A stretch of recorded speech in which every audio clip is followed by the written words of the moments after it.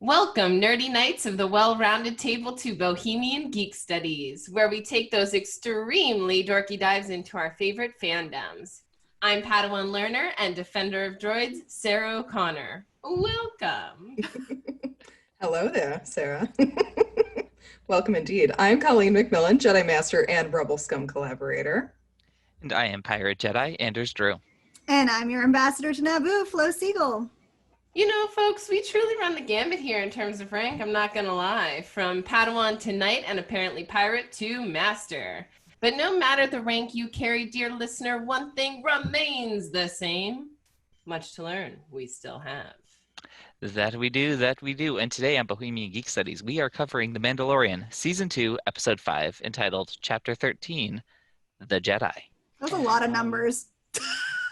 Or is she? It is.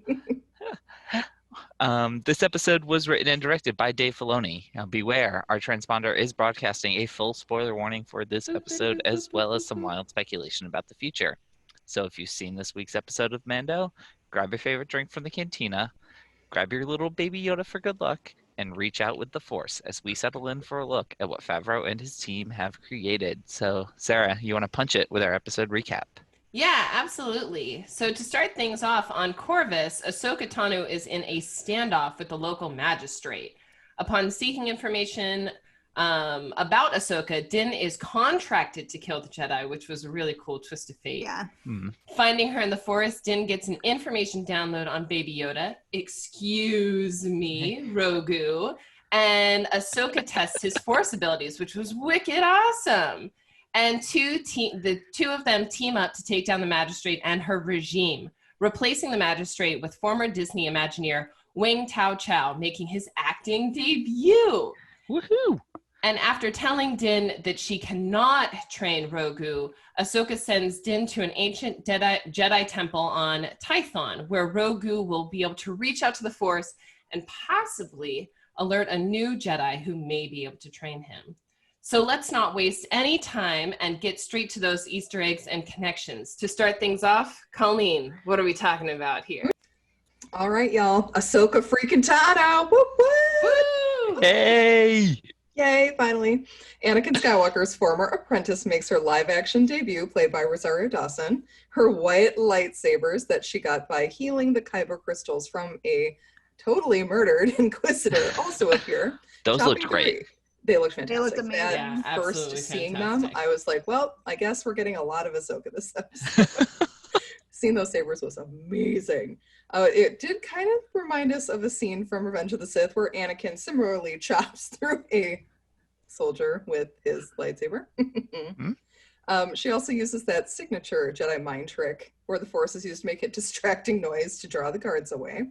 I actually had to double check that I had to go back and watch that a couple of times because the way she moved her hand, I wasn't sure if she was like snapping somebody's neck, but it was definitely like a branch snap. To be fair, she also could have been doing. Yes. Yeah. I mean, she's on a mission. She is a force to be reckoned with here. Pun definitely intended. We also got a glimpse of what might be Morai in one little scene with Ahsoka, though it could also be just another convert bird, but that's still one of her symbols. So it was really cool to see the little owl-like bird there. We are a little remiss about Ahsoka just because of the casting choice. There's something going on with Rosario Dawson and her family, who are in an active lawsuit against a member of the trans community. This was a family friend who had moved to Los Angeles to help them renovate a building and was living in an apartment owned by the Dawson family. And let's just say things apparently came to physical altercation. And since it's an active lawsuit and it's basically Rosario Dawson and her family's word against this person, we're not exactly sure what's happening. We're not exactly sure what will happen in the future. Even if the case is dismissed, this is still an example of the powerful against the powerless. So it's kind of an icky situation. I know there are a couple people who have felt that the performance was good, but it was marred by this information that we know or have heard about Dawson and her family. So it's very difficult to get through an episode once again with somebody who may not be on the trans community's side. Yeah. And I Yeah, think it's that's really hard that Mando is just being really tough. marred by all these, Yeah. people who have differing, well, not even Right. like differing viewpoints, just like horrible, possibly transphobic viewpoints. And so it does make the show just harder to watch, Right. which is a love bummer. it. Yes. And it is still it's a they said situation. We don't course. know. Yeah, Right. And I want to give everyone the benefit of the doubt, absolutely. basically. Yep. Yeah. So I'm like, okay, I have to try and watch this episode without the bias, but it's still going to be there. Like, Yeah. it's Yep. still going to be there. And if she did do this and her family did do this, Right. Yeah, Missy that's might Send have to we think out. about that's rough. recasting. But to get to something a little bit more delightful and Yes. fun, Sarah, what do we have next? The silver ball. Rogu's obsession with that silver ball continues. Also, right after saying this has to stay on the ship, Din totally puts it in his pocket, which is precious. But he had to bring it back later so he and Grogu could play father-son catch, like for the first time, and use the Absolutely. Force. Field of Dreams moment. He's like crouching down, and he's like, "You got it, kid." That was It's super sucker. good. What's up next, Anders? So another little Easter egg here you might have noticed, as the Razor Crest is flying in, we do get a shot of a guard or a soldier or somebody kind of tracking it with this little, I don't actually know what that is. It's like a targeting gun or like just like like a a radar tracker gun. thing. Yeah, like a radar gun, very much like we saw on Yavin 4 in A New Hope at the Rebel base. Probably looking for that transponder. Yeah. Yeah. But Flo, who else do we see in this episode? Some pretty exciting guest cast is who we saw. So in addition to Rosario Dawson, this class, I'm like school on my mind all the time. This cast includes Michael Biehn as Lang and Diana Lee Inosanto as Magistrate Morgan Elspeth, which like is kind of a British name for like some outer space person, but cool. And Diana is actually Bruce Lee's goddaughter, which is really, really cool. Like that's for like a fun Thanksgiving, right? Yeah. Absolutely. So question now, where do we think Morgan is from? Because the first planet that comes to mind with rich shipbuilders is Kuat, right? Did I say it right, Colleen? Yes. Crush the it! Kuat and the Kuwati. The Kuwati shipbuilders, like rich, posh assholes, basically. Yeah, but that wasn't destroyed during the Clone Wars. Kuat was not. It's in the core, so it was one of the worlds that was probably not going to be as affected by the Clone Wars. So it's like, where is she from? Ahsoka said that her world was destroyed during the Clone Wars, so That's fair. So we don't know. Also in the cast, as we mentioned up top, Wing Tao Chow as the new governor of Corvus. So that's pretty cool. And That's really cool. also our house stands an Imagineer hard. So Yes. good job, Imagineers of he looked Disney. great in those robes. Like Amazing. Absolutely. Look good. Yeah. Great. Costume department did great on this episode too. They really did. The costumes weren't all that was incredible because, frankly, the containment cells were super duper realistic.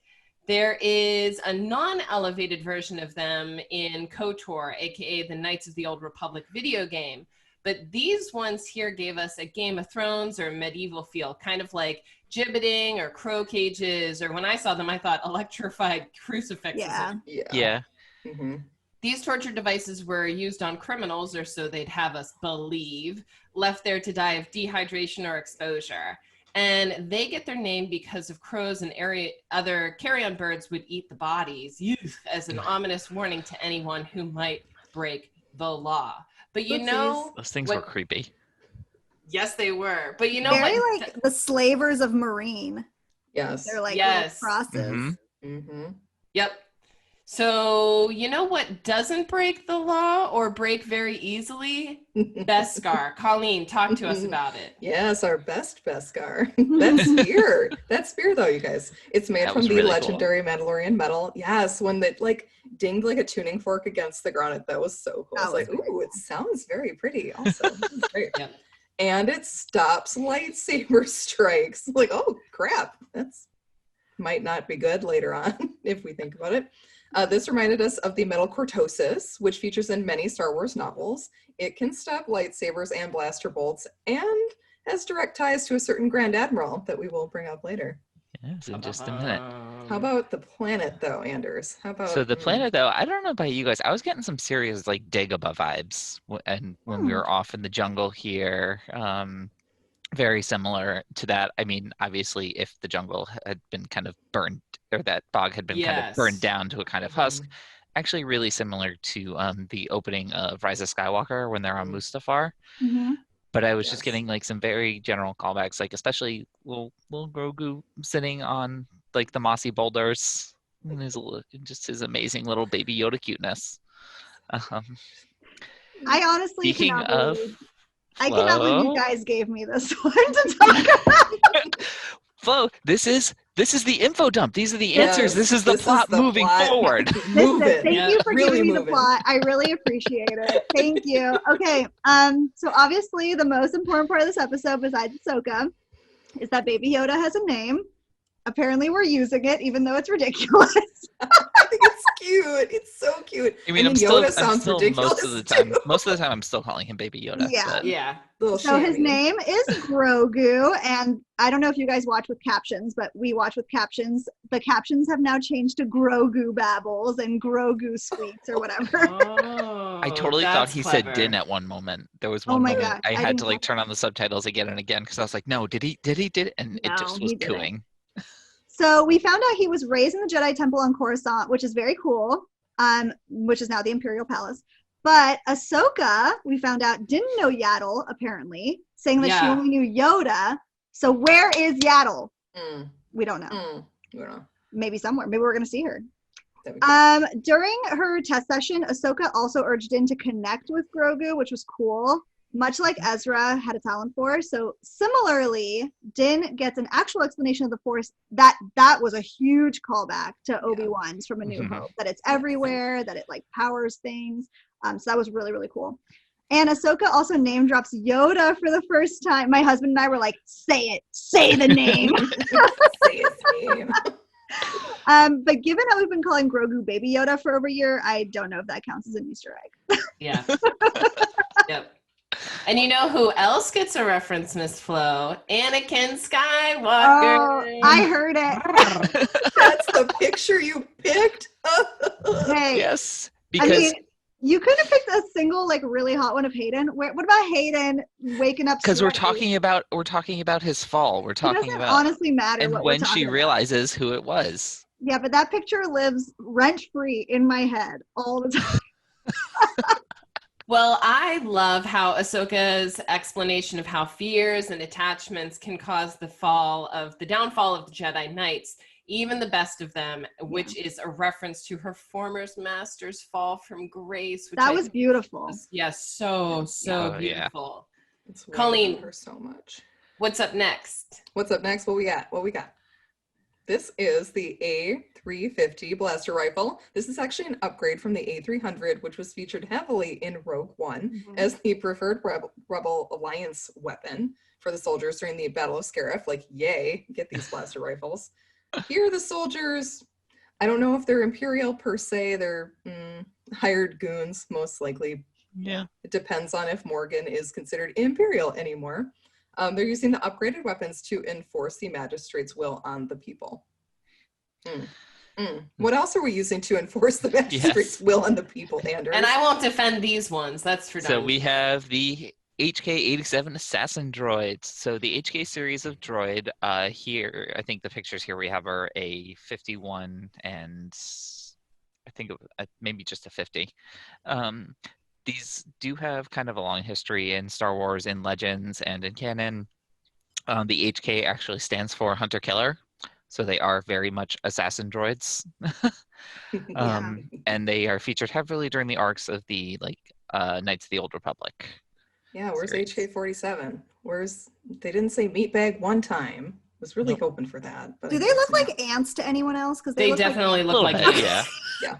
Just checking. Yeah, Mhm. for And, sure. Just like Or- Dr. or Mel, termites. Flo, as our prequel expert, what's this next nice little callback? Are you an angel? This was the cutest. Din referred to Ahsoka's lightsabers as laser swords, and I caught it immediately. I was just like, what? Just like Anakin did in Phantom Menace, which was so cute. So cute. I stand Phantom Menace hard. Not as hard as Attack of the Clones. Underrated. I It's love underrated. Phantom Menace. So good. So that was All adorable. right. Sarah, how much did you die when you saw the next one? I cannot believe that we had a Lothcat sighting. That was absolutely wild. And so we have to wonder, could this be a sign that Ezra Bridger or maybe Sabine Wren is lurking somewhere, or that's maybe a forecasting? We'll see. Regardless, this little biscuit is native to the planet of Lothal and featured heavily in Rebels. Watch Rebels.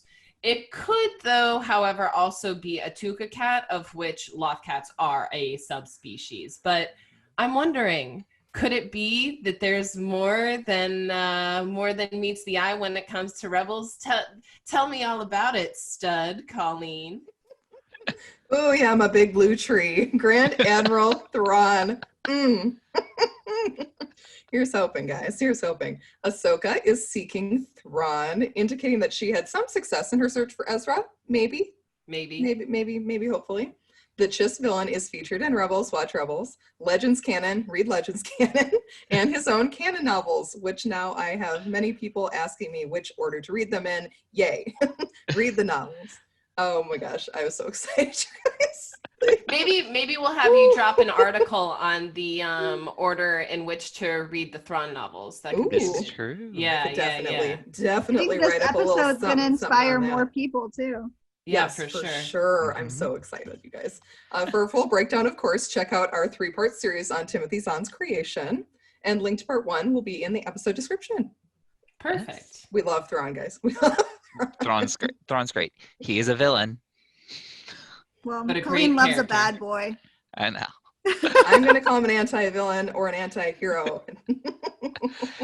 All right, and then lastly, we do have Mando has a new mission. He is to head to the planet Tython. Now, this is a planet deep in the deep core of the galaxy. Tython is one of the planets that's kind of in contention for being the location of the very first Jedi temple.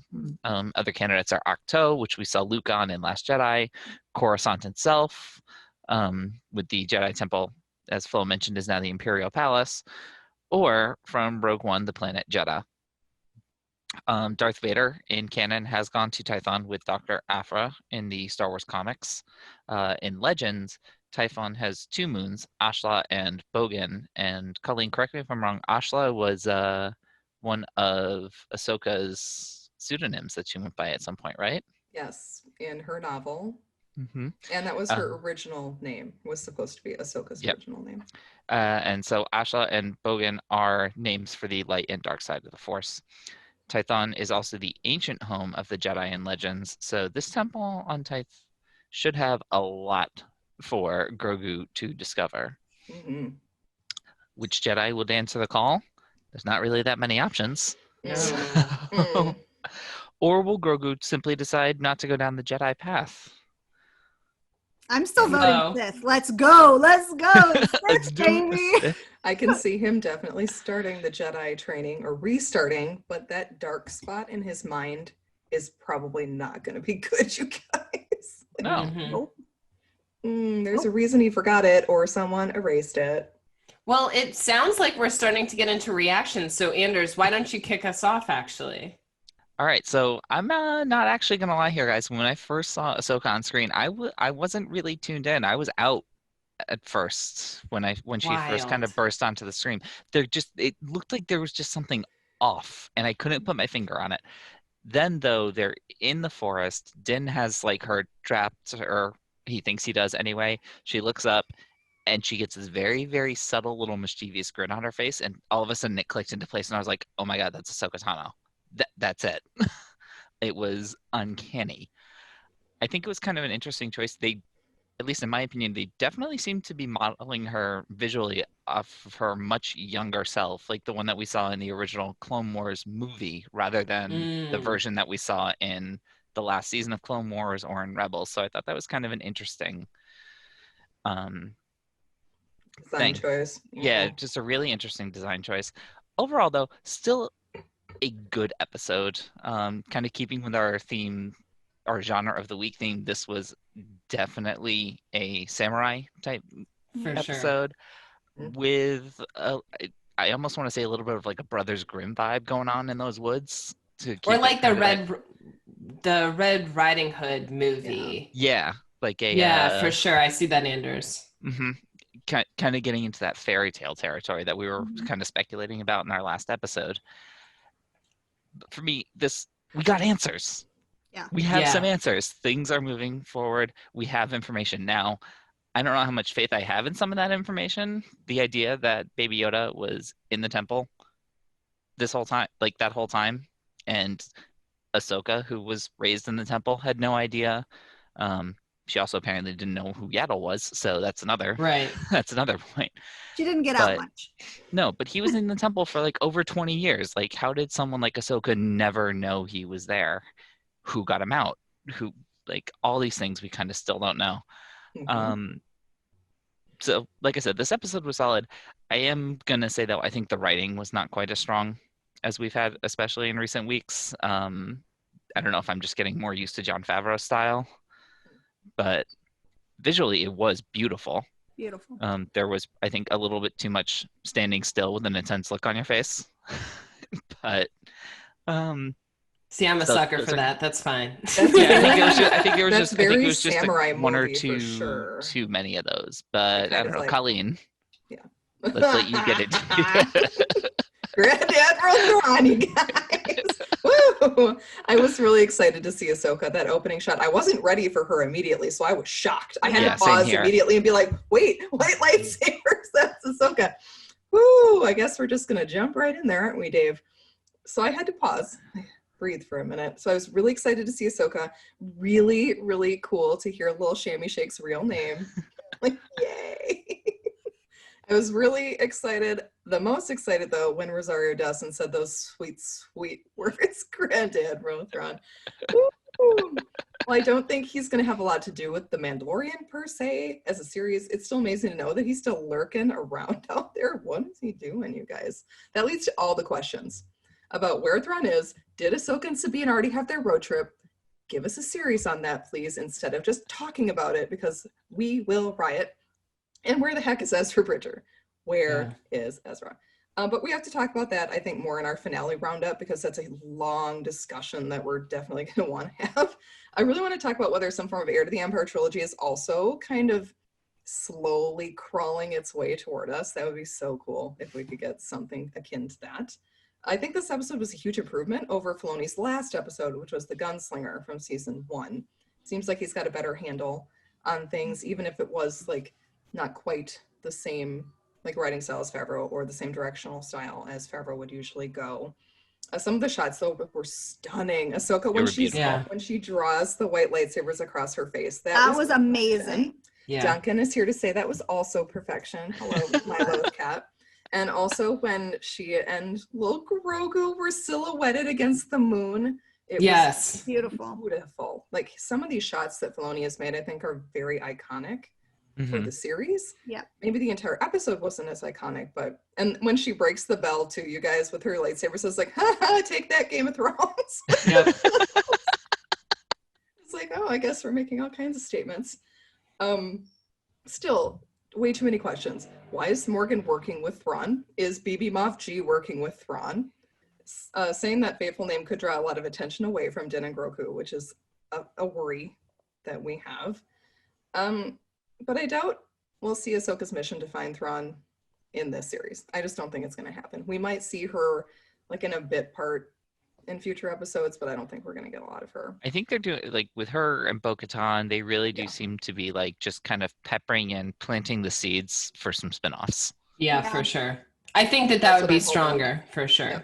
That's what I'm hoping, is that we get all of these different, like, where are all these other characters going within the universe of Mandalorian? Like Flo had suggested before, like the Marvel Defenders universe was doing. That would be so cool. I get behind that.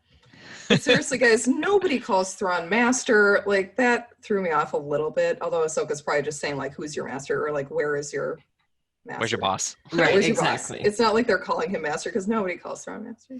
Yeah, definitely not. Well, Except you for would. Colleen. Yeah, I was going to say, you totally would. Oh my.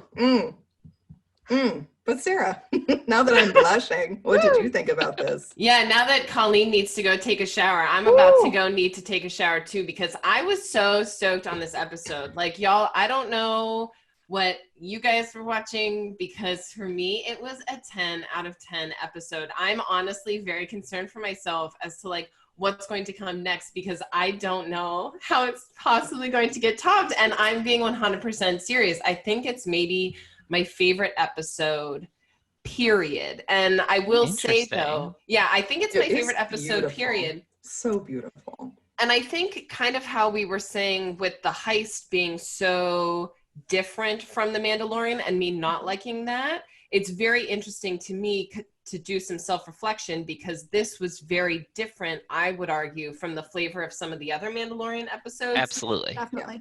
Yeah. And very Ronin, very Oren Ishii versus the bride. I did, yeah. Kill When Bill. they were, when she and the magistrate were standing there looking at each other, I half expected to do like the zoom in with the Kill Bill theme. Mm-hmm. Yeah, it was just so iconically beautiful with the music and the imagery. It seemed straight out of a samurai movie and or graphic novel. Like Colleen had mentioned some of my favorite scenes with Ahsoka and Baby Yoda, so I won't repeat them.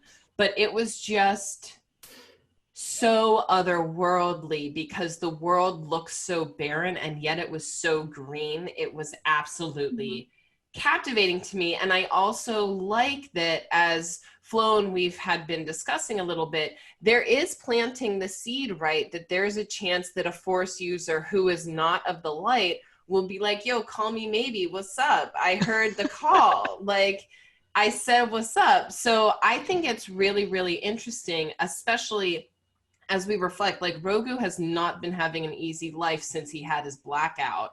And so it's not surprising to me that he lives in fear or has fear. And it's not surprising to me that he has formed an attachment to his dad. And so I think it's completely understandable that he would be susceptible, especially if someone like Ahsoka is raising the stakes. And so I love that. And I really found the depth of his thought also to be more compelling, to get that through line through Ahsoka. Like it's more than just a toddler in there when it comes to forming. He's actually thoughts. 50. Yeah. I thought that was really cool. I think my only gripe is that I didn't like how Ahsoka technically went back on her deal. I thought that was like, I understand how they fudged it, but that seemed a little bit disingenuous to me, that Ahsoka would actually make a vow and then really go against it because she violated the terms. And then the last thing that I have to say is I just love how Beskar sings. Yes. I found this episode to be beautifully, beautifully poetic. And so now that I've built it all up, Flo, what are your thoughts? Let's go, Flo. I'm ready. Come on, Flo. Woo! So, okay, like you guys, I was very surprised that Ahsoka came in like first second. You guys know I was not even expecting to see Ahsoka in this one, even though you guys were all sure that she was going to come in. Okay, whatever. I really regret at least at the end. I really regret that I hadn't gone on record for guessing that this episode would be called The Jedi, because like I felt it and I don't have any idea what the next episodes would be called, but alas, didn't go on record. It's going to be called like Side Quest. Side Quest. It's going to be called Flo is Going to Die. Okay, so this episode I was like really, really 50-50 on, because on one side, it was the most callbacks to the prequels that I think we've had. And so I had the most attachment to it. Like when they were talking about like the fear that I like can't even say Grogu with a straight face. The fear that Grogu has. And then the attachment bit, I mean, it was just Hayden in my ear saying attachment is forbidden, possession is forbidden, but Also, unconditional love is essential to a Jedi's life. Tough look for Ahsoka for saying that. Like, come on now. Can't we get past this thing? If they can bring in Hayden Christensen, can we get for one of past these this thing episodes. that just, created Darth Vader? Yeah. So all of that, I was just like, this is the Star Wars that I understand and the Star Wars that I know, even though it's like coming from a character that I don't know very well and that I have no attachment to, which is Ahsoka. I was really surprised that it feels like Ahsoka's not going with Din. Like, I did not expect that at all. Like, I thought, like, we've built up Ahsoka. Why are we not keeping Ahsoka? That felt really weird. I was just like really confused about that. I found it believable, though I didn't like the situation. Yeah, I mean, it just I think kind of taking felt the like, baby to search for Thrawn is going to be. I guess I just didn't expect Ahsoka to be the side quest. Yeah, well, I think friend of the pod Matt Harrington, if I'm quoting him correctly on it, like, I think people have a problem with it because we reached the end of the main quest, but it actually turned out to be a side quest to get you onto a new main quest. So if that's kind of what you're talking about, Flo, I can understand it. It just feels frustrating. And so our friend Colleen, I thought of you when that happened, and she sent it to Tython. I was like, Flo is not going to be happy. I mean, there was movement, but away from Ahsoka. Yeah, I guess, like, I definitely figured that there would be more to it. Like, if they met Ahsoka this episode, I understood that it can't just end. Like, we've got more episodes to go. I just thought Ahsoka would be involved in some way and that, like, it would be, you know, a stop on the main route, but not a completely separate side quest.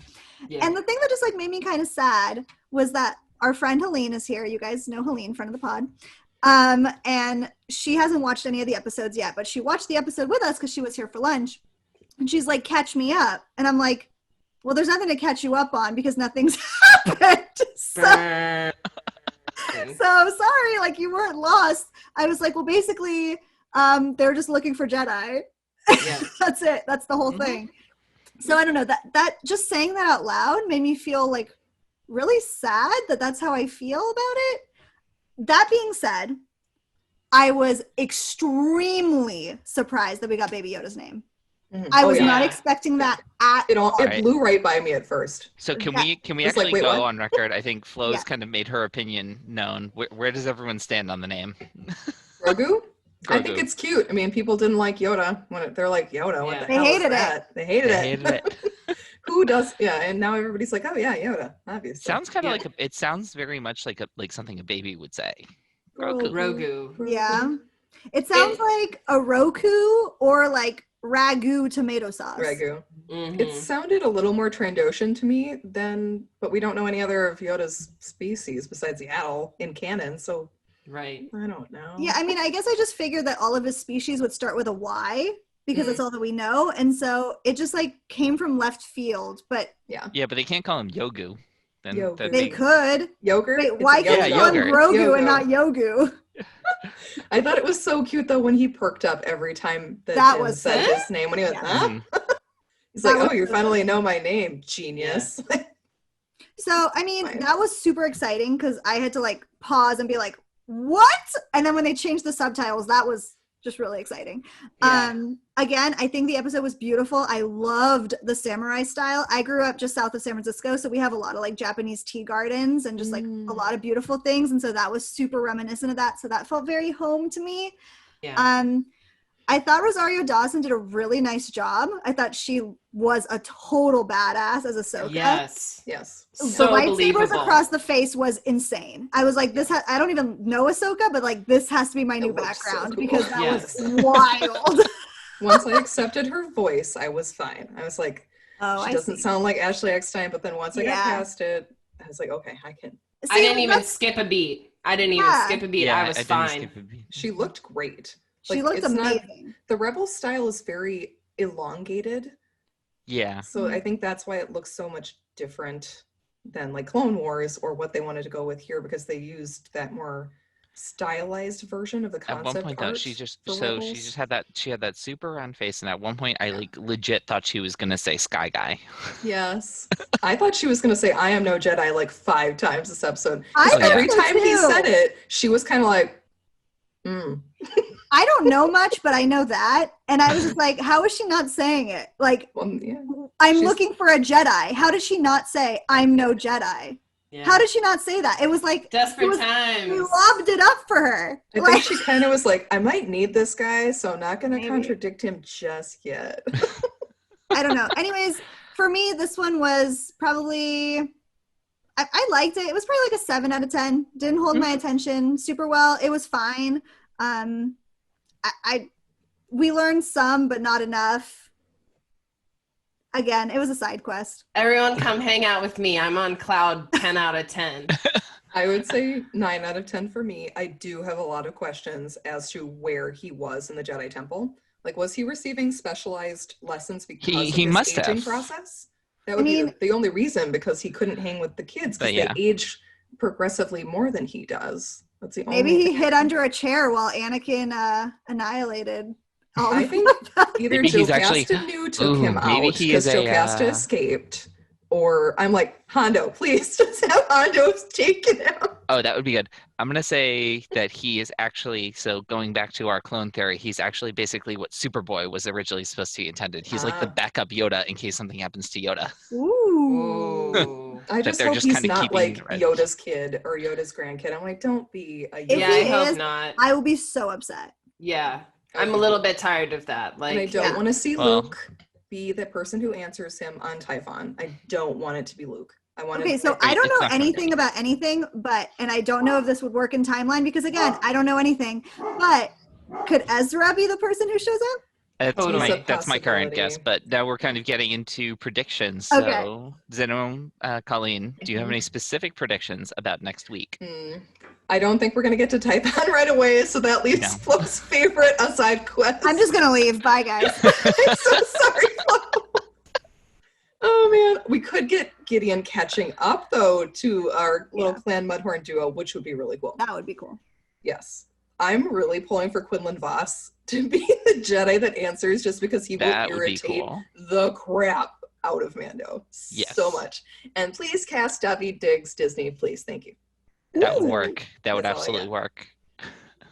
Anybody else? Predictions? Thoughts? Yeah. So I want to make like 2 little micro ones. I think either in this episode or the next episode, we'll see Din trying to help Rogu train. I really think that Mandalorian is really going to try and help to the extent that he can. His little baby boy learn how to play ball with the Jedi. Yeah, now he's got to throw the ball back. Exactly. He's going to peg him right in the face, you guys. His helmet's on. It's fine. And then thinking kind of like amorphously about this a little bit, like imagine the pressure of hearing the only one like you in the galaxy was this great Jedi master. And so I guess maybe my second little gripe is I'm a little bit confused as to just how high Rogu's cognitive abilities are and how much he's able to process. But like, if he is able to process these kind of words from Ahsoka, and I think that he can in at least some degree, right?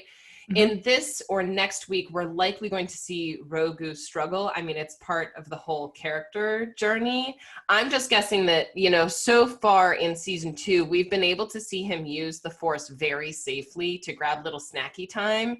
And it wouldn't surprise me if after a little training session with Dad, things don't go well when Rogu needs to use the Force. Maybe to save Din, maybe to do something else. That's what I'm putting my money on, my little Beskar coins on. That could be bad. I think that makes sense. So I don't really have predictions for next week per se, because I don't think they're going to get to the temple next week. But I do think that when we get to the temple, there's going to be like a very Luke and Anakin struggle with the dark side, like just inside of Grogu himself. Because we have that fear. They've already like put that into it. So I think he's definitely gonna be tempted by the dark side. If he does go to the dark side, first of all, I win the pool. So thank you. I'm putting that there right now. I think he's going to go, at least in this season. And then maybe it'll be like a pulling him back out of it next season. Or if he doesn't, it's going to be because Din says or does something or like sacrifices himself in some way to keep him in the light. So, and then, I think it's going to be Ezra, because it seems like they're bringing everybody back this season. It's a big party over here. Imagine if during one of the trials, kind of like with Luke, like Din's helmet head is cut off in like a dream, And imagine how flippin' scary that would be, Yeah, that'd be because so scary. Rogu has no idea what's under that helmet anyway. Like, Yes. that is creepy upon creepy. So I would like to see that happen. Or Wait, at least but- that's in my fan fiction. But Don't in get less dark creepy, what if a tweet comes out saying that Hayden Christensen is going to be in an episode of The Mandalorian? And he sees him we during a trial. There Easily could Force be. ghosts. It could be Force ghosts that answer. Because Hell there's yeah. not I'm going to a go lot of knock on his living door Jedi. right now in Pasadena and just be like, Hayden, please. Excuse What's me. up? Are you on the Obi-Wan show? But also, please be on Mandalorian. Please, Also God. be on Mandalorian too. Anders, anything from you before we head on out? No, I don't think I have anything really specific for next week. I'm starting to make like shape in my mind how I think the last 3 episodes are going to kind of run. I think we're definitely due for at least one more full-on side quest, and then we finish the season on Tython. The last 2 episodes. The Kinda last like 2 episodes, season. probably like maybe they, Grand Moff G catches up towards, if not next week, then the week after, and then it's kind of that standoff on Tython, and whoever ends up answering this call shows up, and that's like how the season ends. So are you Gotcha. thinking like a space battle next week?